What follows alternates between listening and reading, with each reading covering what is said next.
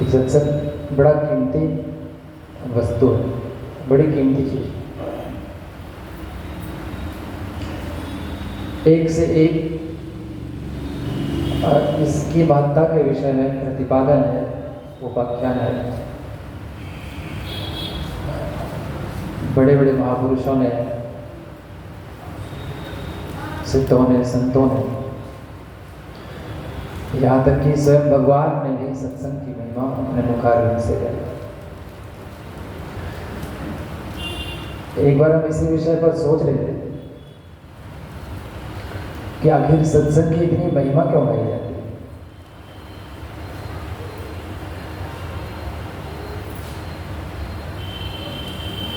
तो रामचरितमानस का एक दोहा एक बार हम पढ़ रहे थे। जब उस दोहे को हम पढ़ रहे थे तो हमको लगा कि सत्संग वास्तव में इस धरती का अमृत है, हमारे जीवन का सार है। हम लोग सब जानते हैं कि हम लोग सभी शायद किसी न किसी कारणवश दुखी हैं। अपने अपने कारण हैं, अपने अपने दुखी रहने की विषय हो सकते हैं, सबके अलग अलग हो सकते हैं। लेकिन महापुरुषों ने भी अपनी अंतर्दृष्टि से देखा कि हम लोग सभी, जो हम लोग सामान्य जन हैं, दुनियावी जन हैं, वो परेशान हैं, हैरान हैं, दुखी। और समस्त महापुरुषों का ये एक मत है कि हमारे जो दुख का मूल कारण है वो ये संसार है, भवसागर है, भवकूप है। संसार को सागर कहा।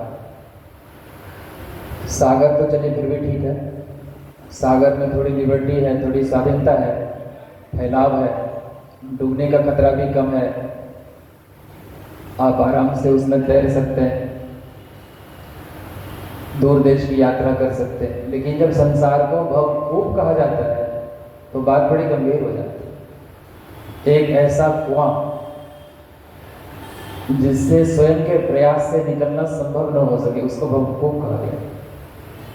तो संसार को भवकूप कहते हैं। और इस भवसागर की रचना किसने की? तो हम लोग कथा पुराण में ये श्रवण करते हैं कि भवसागर की रचना प्रेरणा भले ही परम तत्व की रही हो, परब्रह्म की रही हो, लेकिन रचना की किन्होंने? ब्रह्मा जी। भवसागर की रचना किन्होंने, किसने की? ब्रह्मा जी। और भवसागर में होने की वजह से हमारा जीवन दुखी, यानी हमारे जीवन का मूल कारण कौन हो गए? ब्रह्मा जी। चलिए FIR करते हैं थाना, खजांची रट थाना। ब्रह्मा जी भवसागर की रचना करते हैं और भवसागर में होने की वजह से हम दुखी हैं, यानी हमारे दुख का कारण कौन है? ब्रह्मा जी, हम नहीं। लेकिन गोस्वामी जी ने अपने वंदना प्रकरण में, मंगलाचरण में इतनी सुंदर बात, इतना सुंदर एक सोरठा लिखा है। क्या लिखा है?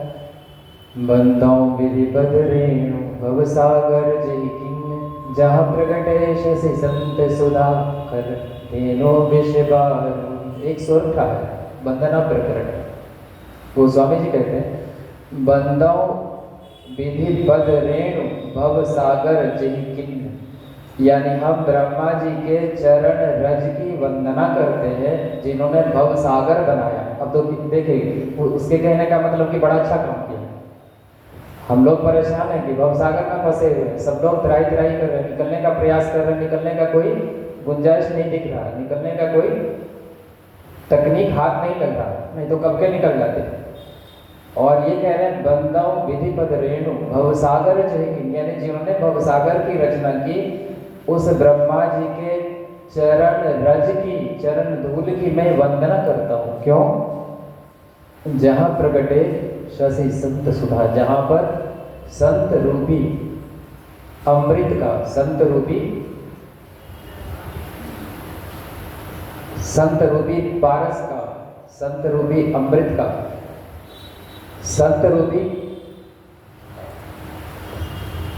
आप कह सकते हैं कि भगवान के साकार विग्रह का, साक्षात विग्रह का अवतरण होता है, इसी भव सागर में होता है।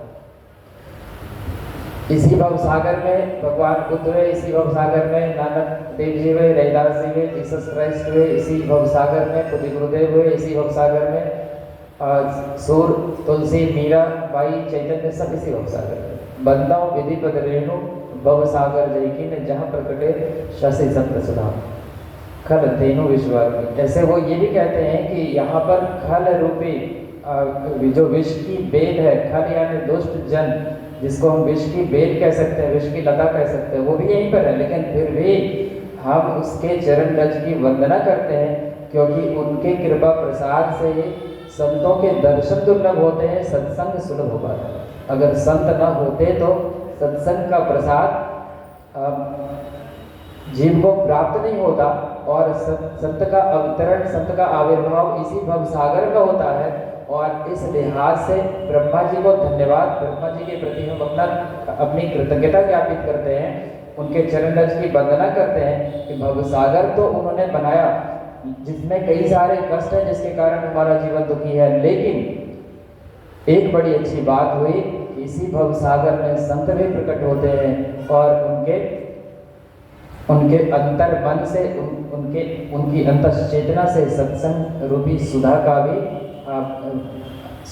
भी प्रसाद, सुधा का भी एक तरह से कहिए कि सुधा की वर्षा होती है, सुधा का विसिंचन होता है। इस लिहाज से हम भगवान ब्रह्मा जी के चरण रज की वंदना करते हैं। और इसी तरह में गोस्वामी जी ने एक और अच्छी बात, क्योंकि अक्सर हम लोग ये सोचते हैं, अभी का जो व्यक्ति है, पूज्य गुरुदेव ने कहा है कि अभी का व्यक्ति हो गया उपयोगितावादी, यूटिलिटेरियन, यानी हम कोई भी काम तब तक नहीं करेंगे जब तक उसमें हमको फायदा नहीं दिखेगा।